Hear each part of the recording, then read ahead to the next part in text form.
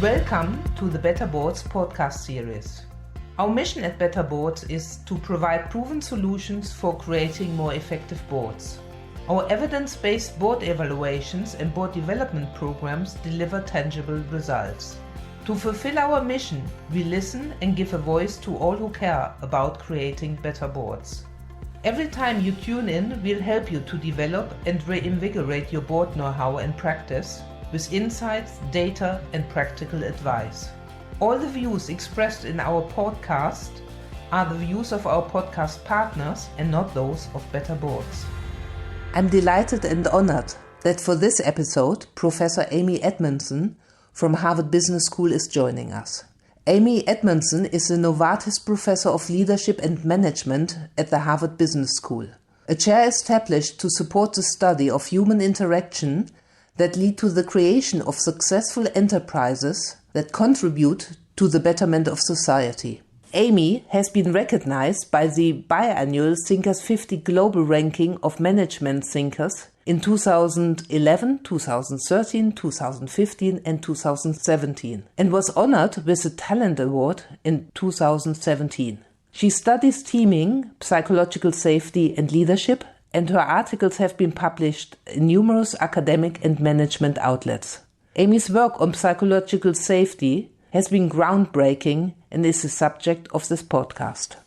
Amy, it's a fantastic honor that you join us for this podcast. I'm delighted to speak with you about your main subject, psychological safety. Well, thank you very much for having me, and I'm extremely pleased to be speaking with you, Sabina. So you did groundbreaking research on psychological safety, and you actually coined the term psychological safety. Can you maybe explain to our listeners what psychological safety actually is? Certainly, and let me correct the coinage just slightly. The term psychological safety was already in the literature. It had been put there by Warren Bennis and Ed Schein in the 60s. In classic research on organizational change, and they had the insight that people needed a sense of psychological safety to feel capable of engaging in organizational change. And I coined the term team psychological safety by observing that psychological safety varies significantly across groups within the same organization. Now, let me explain what it is, because I don't think the term itself conveys it very well. And I think I would have been smarter to use a different term. But it's now out there. Everybody's using it, so too late to change the term. But the way I would like to explain psychological safety is as follows. It is a sense of felt permission, experienced permission for candor. When you are in a psychologically safe work group, you feel it is absolutely possible and desirable to speak up honestly with what's on your mind, whether that be criticism, crazy idea, a question, a request for help, or even an acknowledgement of a failure. All of those things seem to be fair game to you because you're, primarily aware that these things matter for doing a good job. I can see that. And why do you believe that psychological safety is so vital in today's working environment? Well, I think two real reasons, and actually they're quite closely related. The first is with the increased complexity and speed of change that is affecting every organization today, things are moving so fast and sometimes such unexpected ways that literally anyone might see or have an idea that's really important and really important to hear it now, right? Not to sort of wait until it's an easier time to raise it or bring it up. So just the complexity of the environment and the complexity of the work we do means that anyone's voice might be mission critical. And we need to hear it. We need to hear it now. The second, and of course closely related reason is innovation is at a premium today. And innovation happens in a psychologically safe workplace, full stop. And yet, from the work I do with boards and the board evaluations I conduct, I hear so often that people don't feel what you describe and don't dare to speak up.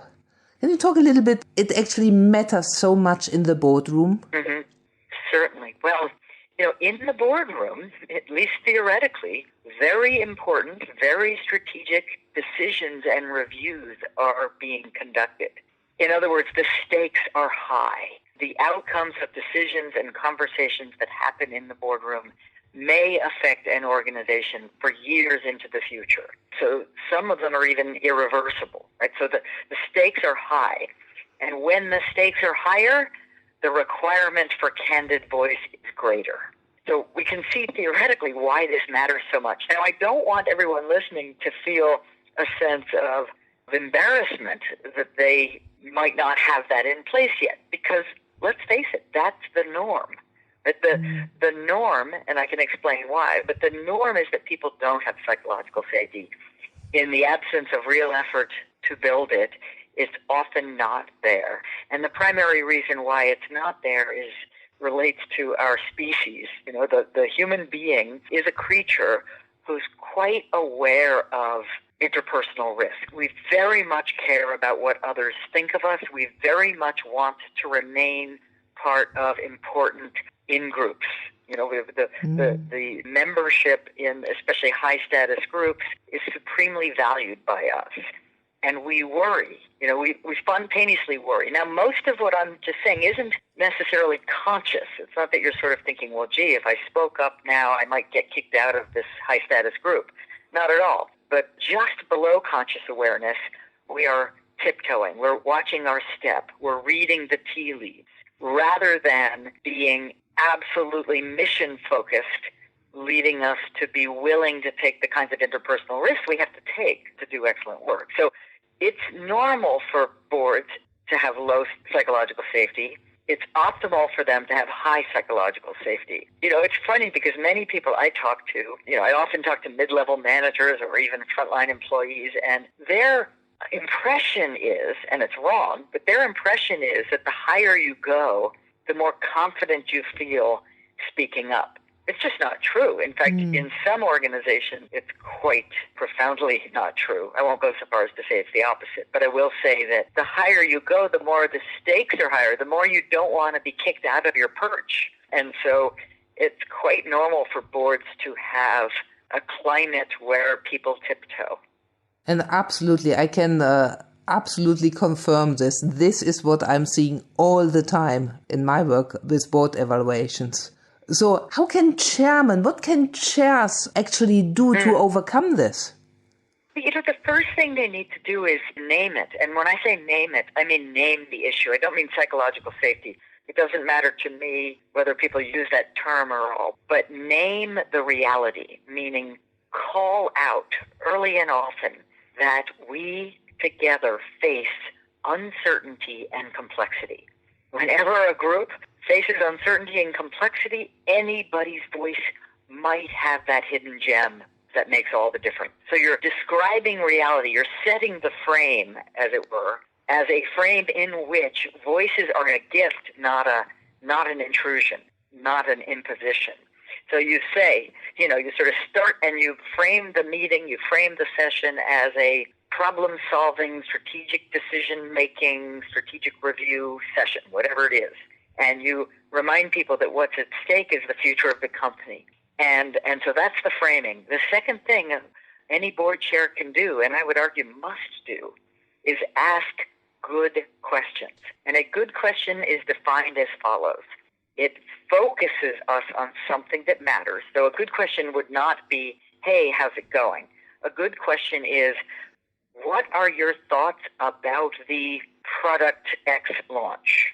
Right? And good questions generally come in one of two categories. The kind that help us go deeper. What leads you to think so? What data do you have? What have you seen? Where does that work?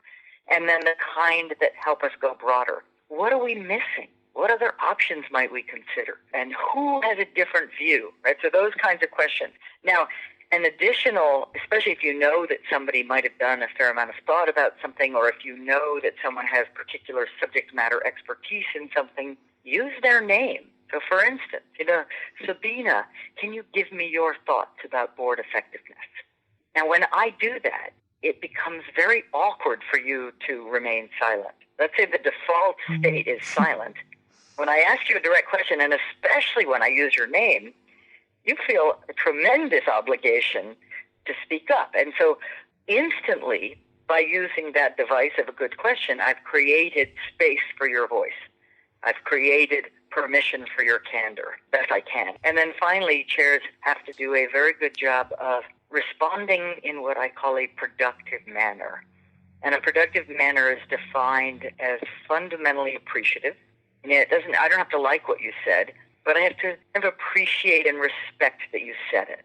And number two, a productive response is forward-looking. There are often times where we must do a post-mortem, we must take a look at what went wrong and why, but an initial response to a report of a problem or a crazy idea should always be forward-looking, meaning how can we help, or what might we do about this, or where should we go next, right? Because that's a habit of mind that boards should have anyway, right? That we're fundamentally interested in the future. We sometimes do have to find and take action and discipline people, but that ought to be the exception, not the rule. The rule is we're here to create a better future. Wow, so true. Now, switching over from the chair to the non-executives, when I attend panel events, and there are many of this in London, everyone talks about the non-executive directors should ask challenging questions. And dutifully they respond on a panel that they all ask challenging questions. But behind closed doors, I'm hearing that people struggle to do that. Yes. And that, again, is very human. Right? Because, again, people are brought up most of the time to be polite, to be respectful, and we erroneously conflate a challenging question with rudeness, which of course it isn't, especially not when done skillfully. But so I think that for directors to be willing to contribute value by asking, say, a challenging question, they need to remind themselves and possibly each other to frame a challenging question as a gift. You know, the old saying, a stitch in time saves nine. A challenging question is a stitch in time. If I challenge this thinking right now, yeah, it's a little bit of an inconvenience, and maybe it wasn't entirely welcome, and it might save us vast amounts of time and money later. What you described a couple of minutes ago, I'm seeing so many times in practice, people are so desperate almost to belong to this elite group. Yes. Yeah, and they don't want to rock the boat, particularly, if I may say so, the British. Funny. It's a conundrum because we will not succeed in any endeavor requires us to assume that human beings are different in their nature than they are. But I think as long as we're willing to discuss it, make it discussable, and sometimes I think it's funny. It's a kind of a source of humor, right? We're all still in elementary school wanting to be picked on the playground, and yet our more mature, thoughtful super egos can realize that this isn't about me. It's about us, and it's about the future. And I think we're more willing to do things like this when they're framed and responded to as if it was a gift, which isn't your first instinct, but take a deep breath and then thank you, right? Mm-hmm. Thank you for that clear line of sight. Or we're going to roll up our sleeves and do something that's difficult but important. We're going to go around and say what's wrong with this proposal. We're going to do what we sometimes call a pre-mortem. Right? I think this is a great idea for the company, but let's just for fun.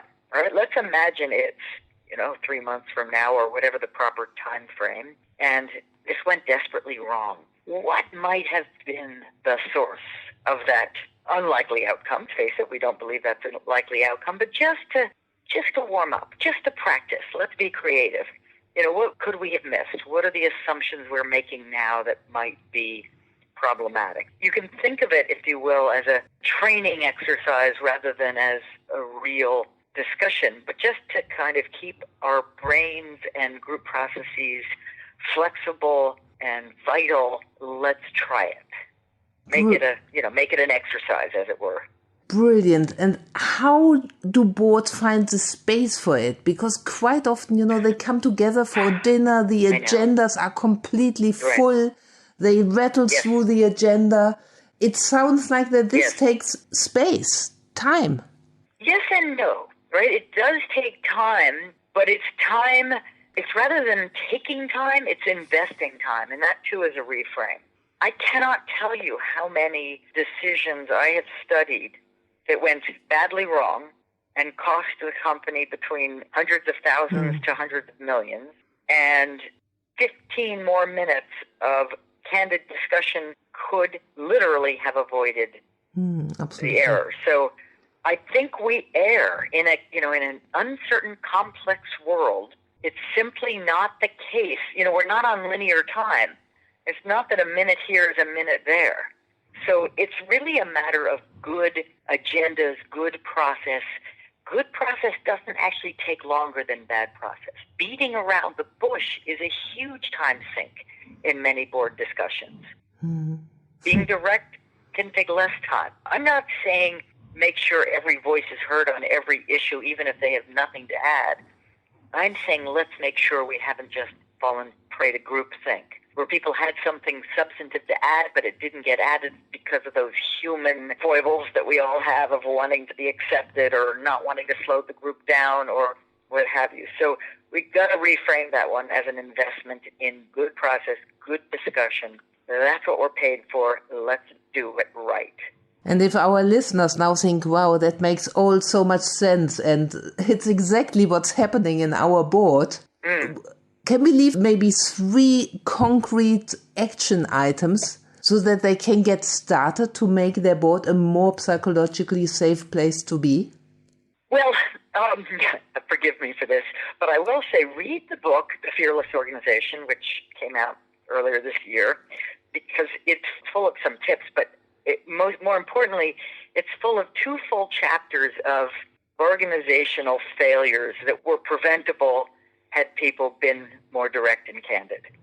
And those are chilling, right? Because some of them are headlines with scandals, some of them are simply a great loss of revenue, and some of them are, in fact, loss of life. So when you really appreciate the responsibility you hold and let yourself imagine the future as not some, hypothetical, it's always going to work out the way we say, but a future that actually exists in a world with complexity and uncertainty. You stand up straighter, you take yourself seriously, you take the responsibility of the group more seriously, and you say, let's do whatever we can, what's humanly possible to get this right. I will say that what you and I have been talking about is not natural, meaning it's not going to spontaneously happen one day in your board without leadership. So that makes leadership crucial. And when I say leadership, I don't necessarily mean the person at the top of the hierarchy. I mean anyone can exercise leadership, although it helps if you're in a position of authority, CEO, etc. But anyone can say, hold on, let's sit back to consider what's at stake here. And maybe a process of, going around and ensuring that we haven't missed something before we take a risk would be valuable right now. That's leadership. So sort. I think probably the most important advice is sort between those things that really, really are routine. We do not need to over-discuss where the holiday party will be held. It doesn't matter. We do need to over-discuss the hiring of a very senior executive, the choice of a chief executive, the launch of a radical new product, the opening of a new market, or acquisition of a company, right? So the kinds of things that will be with us for months or years to come are going to be the ones where we're going to practice together. Let's just use this as a, practice field. We're going to practice together the art of best quality decision-making. Fantastic. Amy, I could have not imagined a better kickoff for the podcast series into the year 2020. Thank you so much for your insights into your groundbreaking work and the invaluable insights for boards. Thank you so much. My pleasure. That was brilliant, Amy. Absolutely. Aren't you kind? No. Well, you had good questions, and I can just visualize these groups, around these big tables. there's something tragic about not taking advantage of that opportunity to be at the very best they can be. Absolutely. And I tell you something, I think if we don't resolve the issue now, what's happening in the boardrooms, we will see more corporate failures. But also, I think the next generation will think, why do we need these boards in the first place? Good point. Right. Yeah? Right. If they miss it all the time, if they fail to add value, fail to prevent the preventable, then you're absolutely right. No, that was brilliant. I'm a huge fan of your work. I would love and I will actively look out for opportunities. Happy to discuss it with one of your team members. Okay, perfect. Thank you. Fantastic. Brilliant. I hope that one day we can meet in person. Likewise. I'm sure we will. Thank you so much. Have a wonderful Christmas time. You too. Thank you. Bye. Bye-bye. As a note for your diary, new episodes are available every first and third Thursday of the month. Subscribe on Apple or Google Podcasts to never miss an episode. We love to hear from you. If you would like to contribute to a future podcast or attend our popular breakfast conversations and receive regular updates on our activities, you can reach us on info@better-boards.com.